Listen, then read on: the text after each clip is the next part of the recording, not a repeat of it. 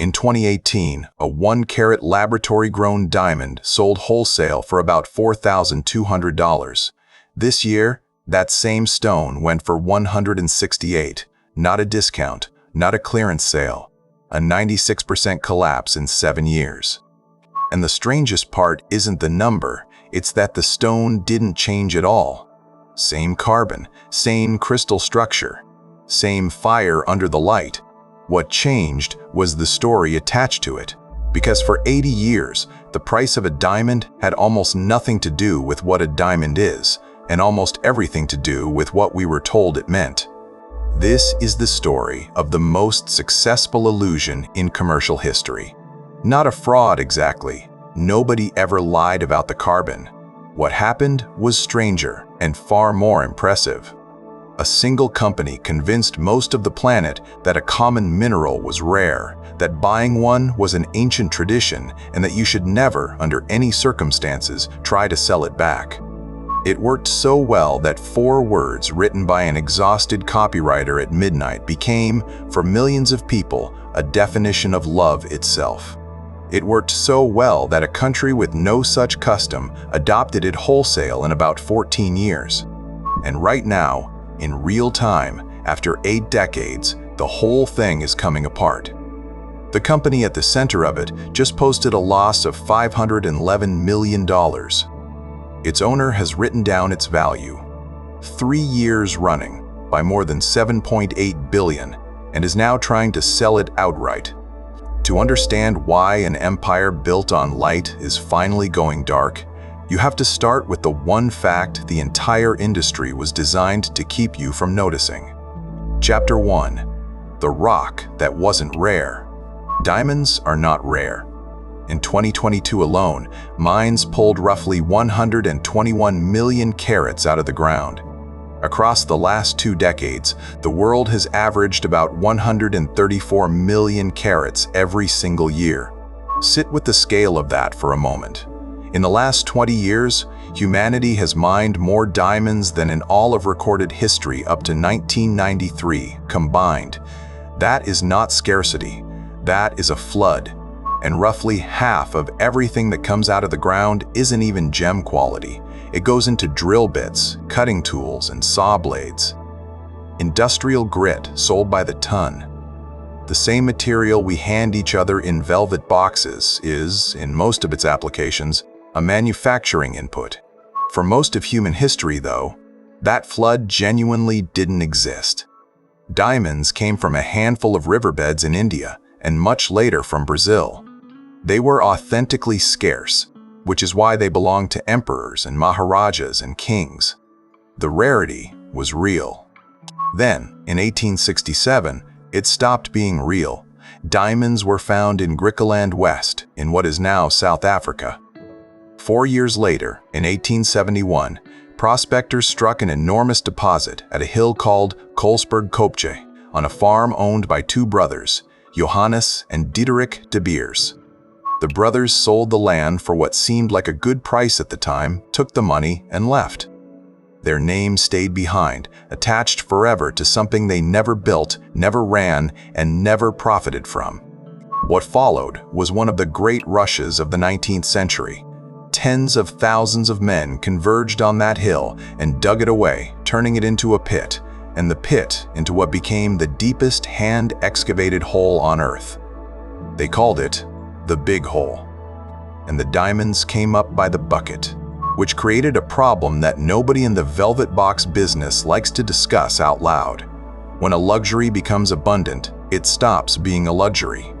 Every stone pulled out of that hole made every other stone on Earth worth slightly less. The price was going to collapse, unless somebody found a way to stop it. Chapter 2. The Man Who Bought the Light.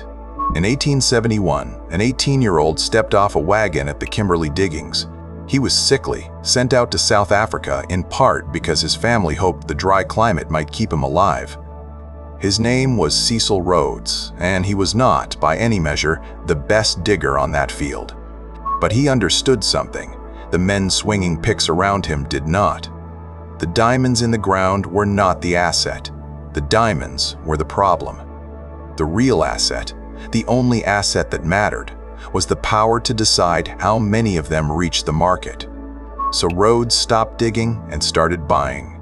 Not diamonds, claims, rivals, whole operations, one after another, financed by whatever he could borrow against what he already held. He also read the politics correctly. The rules governing the diggings were shifting in ways that would squeeze out the individual prospector and favor large, consolidated operations. Rhodes simply made sure that when the small man was forced out, he was the one standing there with an offer. In 1880, he folded his holdings into a company called De Beers Mining Limited, named, with a kind of accidental irony, after two farmers who had already walked away from the story. His last serious rival was a former music hall performer from London's East End named Barney Barnato, who controlled the neighboring Kimberley mine. Their fight was long, bitter, and enormously expensive. It ended in 1888, the way these contests usually end, not with one man crushing the other, but with a merger. The new entity was called De Beers Consolidated Mines. By 1889, that single company controlled roughly 90% of every diamond coming out of the ground anywhere on Earth. Rhodes had spent 17 years assembling it. And here is the pivot that the entire next century turns on. Rhodes had not made diamonds rare. Nobody can do that. The Earth holds what it holds. What he had built was a valve, a mechanism sitting between the mines and the market, with the power to open and close at will. From that moment, scarcity stopped being a fact about geology. It became a decision made in an office. But a valve is only worth something if it is operated with total discipline for generations. Rhodes died in 1902. The man who turned his valve into a machine hadn't arrived yet. Chapter 3. The Dynasty and the Machine. His name was Ernest Oppenheimer, and he came at the problem from the outside. In 1917, he founded a mining company called the Anglo-American Corporation. By 1926, Anglo-American had become the single largest shareholder in De Beers. Then came the crash. The Great Depression devastated luxury spending, and by 1931, the London syndicate that sold the world's diamonds was close to bankrupt. It was exactly the moment the whole structure could have fallen apart. Instead, in 1929, Ernest Oppenheimer had become chairman of De Beers, and he used the crisis to consolidate rather than retreat. What followed was a family dynasty that would run the world's diamonds for 3 generations. Ernest, then his son Harry from 1957, then his grandson Nicky from 1998. Remember that last name? We'll come back to him, and to one remarkable sentence he said out loud. What the Oppenheimers built had a deliberately boring name: the Central Selling Organization. Its purpose was to be the single doorway through which the world's diamonds had to pass. Buy up production, your own, and wherever possible, everyone else's. Then release it carefully at a pace of your choosing. Buyers did not shop. They were invited. A few hundred approved firms worldwide, known as site holders, were summoned to London roughly 10 times a year for events called sites. At a site, you were handed a box. Inside was a parcel of rough diamonds that somebody else had assembled at a price that somebody else had set. You did not choose the stones. You did not negotiate the price. You were not really a customer at all. You had exactly 2 options: take the box as it was or refuse it entirely. And refusing was genuinely dangerous. Turn down too many boxes and you stopped being invited.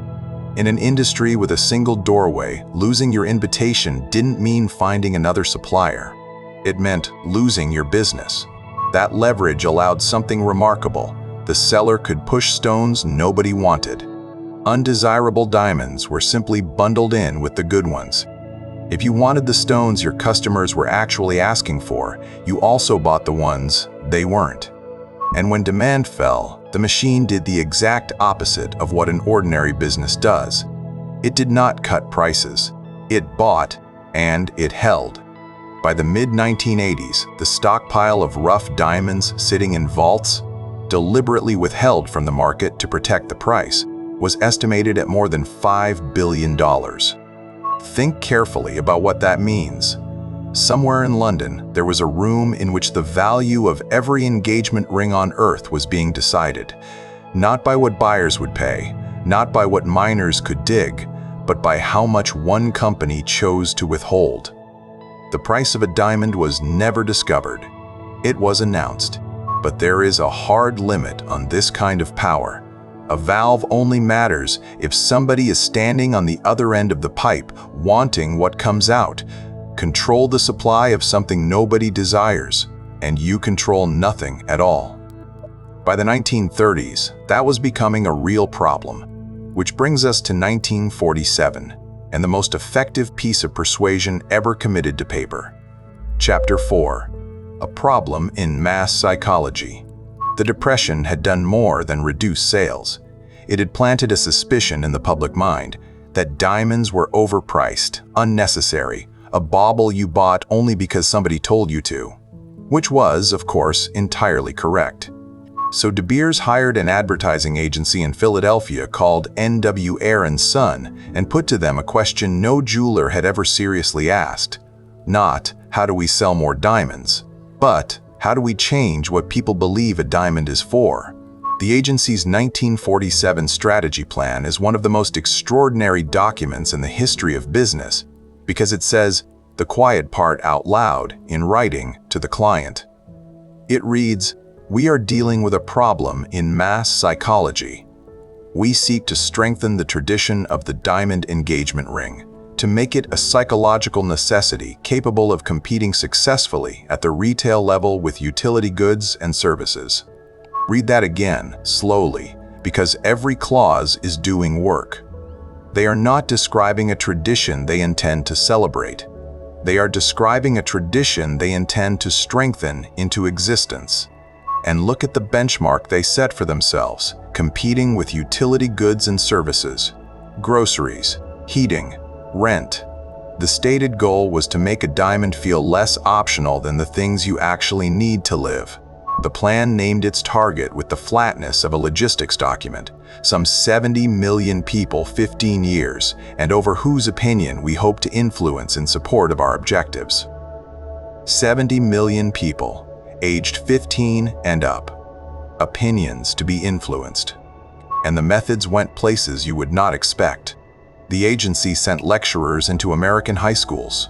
In a memorandum to De Beers, it explained, and I am quoting directly, "All of these lectures revolve around the diamond engagement ring and are reaching thousands of girls in their assemblies, classes, and informal meetings in our leading educational institutions." That is a corporation describing, in a routine business document, a program to shape the marriage expectations of schoolgirls, not as a scandal, as a deliverable. At the same time, diamonds were placed on the hands of movie stars. Romantic storylines involving diamonds were quietly supplied to Hollywood screenwriters. Magazines were fed editorial copy about the stones that society brides were choosing this season. Almost none of it looked like advertising. That was precisely the point. The campaign worked by never appearing to be a campaign. And then, one night in 1947, a 31-year-old copywriter at the agency named Frances Garrity realized she had forgotten something. The De Beers presentation was the following morning, and the campaign still had no signature line. By the account that followed her for the rest of her career, she put her head down on the desk, asked out loud for some kind of help, and wrote 4 words. "A diamond is forever." It is, by a wide margin, the most successful sentence in the history of advertising. It ran for decades. In 1999, Advertising Age named it the greatest advertising slogan of the 20th century. It rewired the marriage customs of dozens of countries on 4 continents. And Frances Garrity, the woman who composed the most effective marriage proposal ever written, never married. She lived alone her whole life and died having permanently reshaped a ritual she never once took part in. If this story is landing for you the way it landed for me, subscribing genuinely helps this channel keep making them. Now, what those 4 words actually did to the world. Chapter 5. Manufacturing a Tradition. Here is the measurement that should end any argument about whether advertising works. On the eve of the Second World War, only about 10% of American brides received a diamond engagement ring. By 1990, that figure was 80%. Over the same period, De Beers wholesale diamond sales in the United States alone rose from $23 million in 1939 to $2.1 billion by 1979. That is a 90-fold increase in a product nobody needs, whose supply was never limited by nature.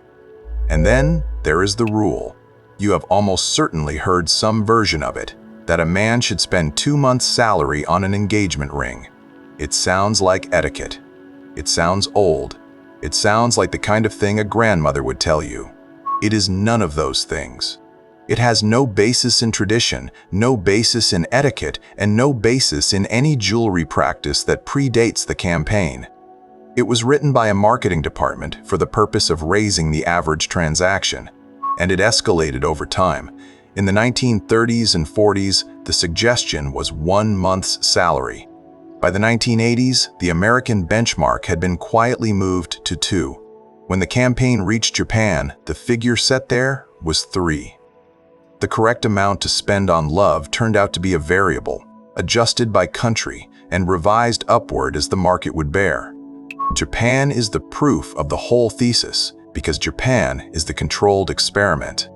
When De Beers began advertising there in 1967, fewer than 5% of engaged Japanese women received a diamond ring. And this wasn't a case of a small custom waiting to be grown. There was no tradition of the diamond engagement ring in Japan at all. There was no established tradition of that style of prenuptial romantic gifting in the first place. The campaign was not amplifying a cultural practice, it was installing one.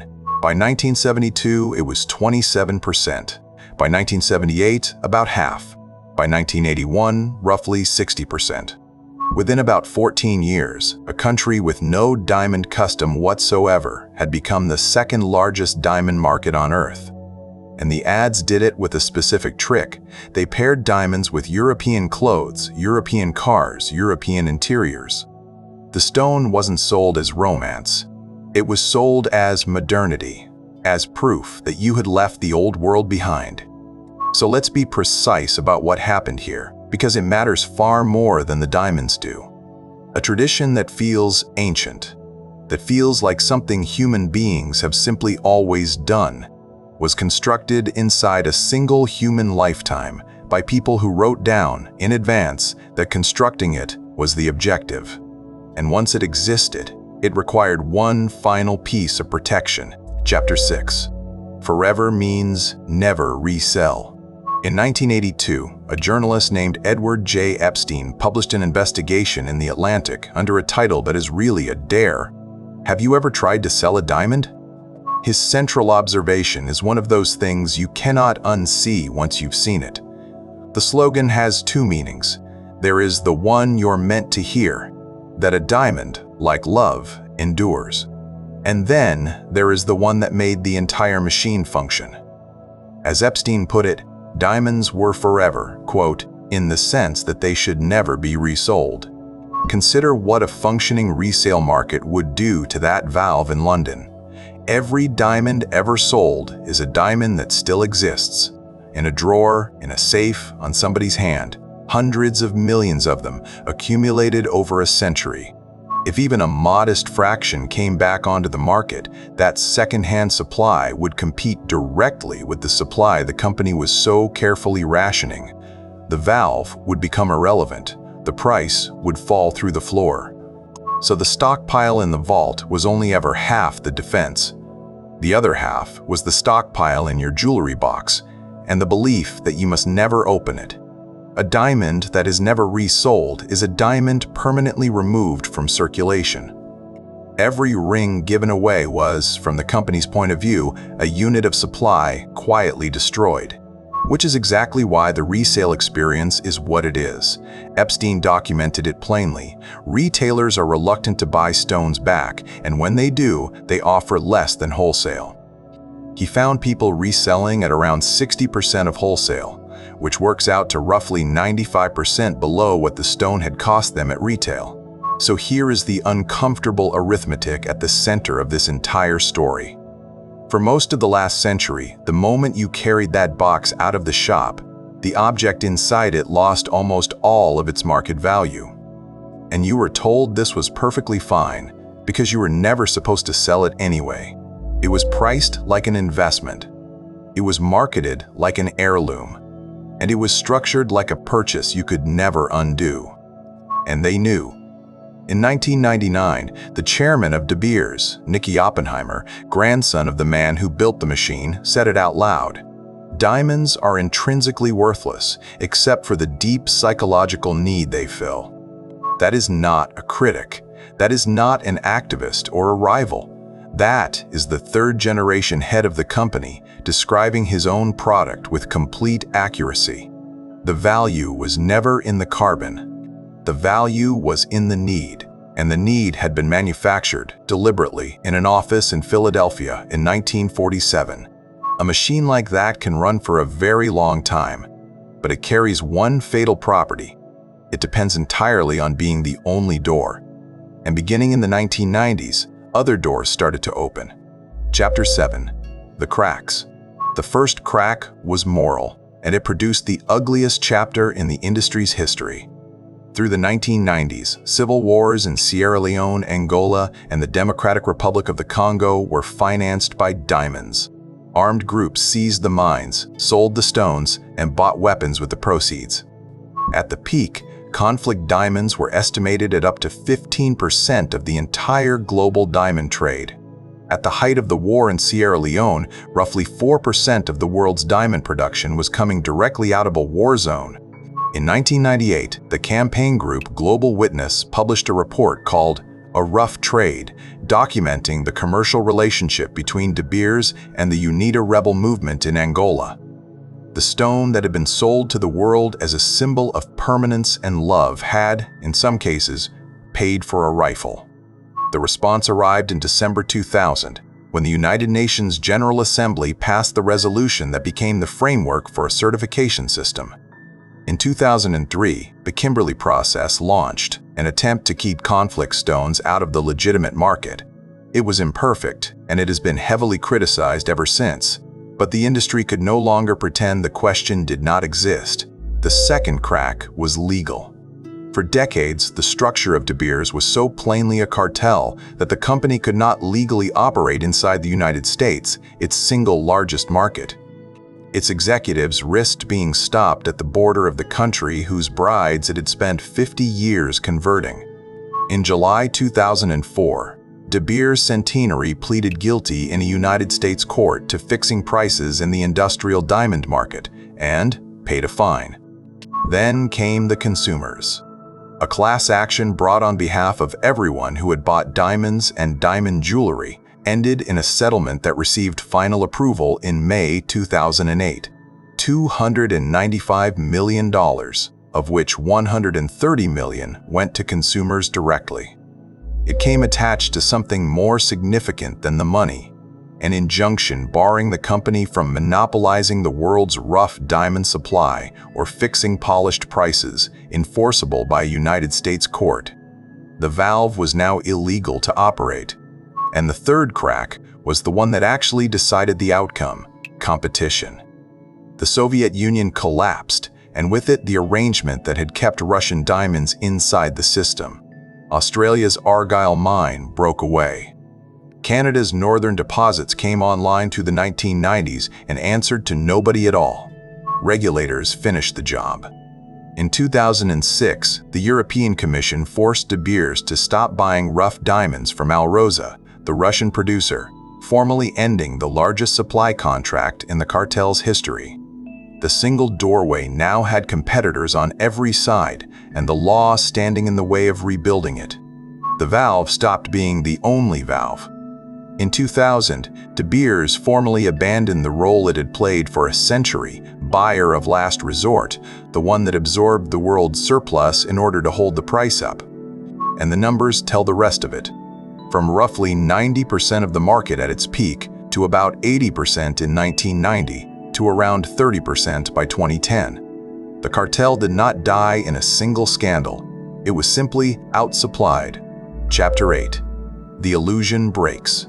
The final blow had been sitting in a laboratory since 1954, waiting 70 years for the technology to catch up with it. That year, at General Electric's research laboratory in Schenectady, New York, a team working under the code name Project Superpressure did something that should have ended this story on the spot. Led by a scientist named Tracy Hall, they made a diamond. Their method was brute force, recreate the conditions inside the Earth, roughly 1,500 degrees Celsius and about 1.5 million pounds per square inch. The stones that came out were genuine diamonds, but they were small, flawed, and useful only as industrial grit. No threat whatsoever to anyone selling romance. Then, in the 1980s, came a fundamentally better idea: chemical vapor deposition. Instead of crushing carbon into place, you coax it.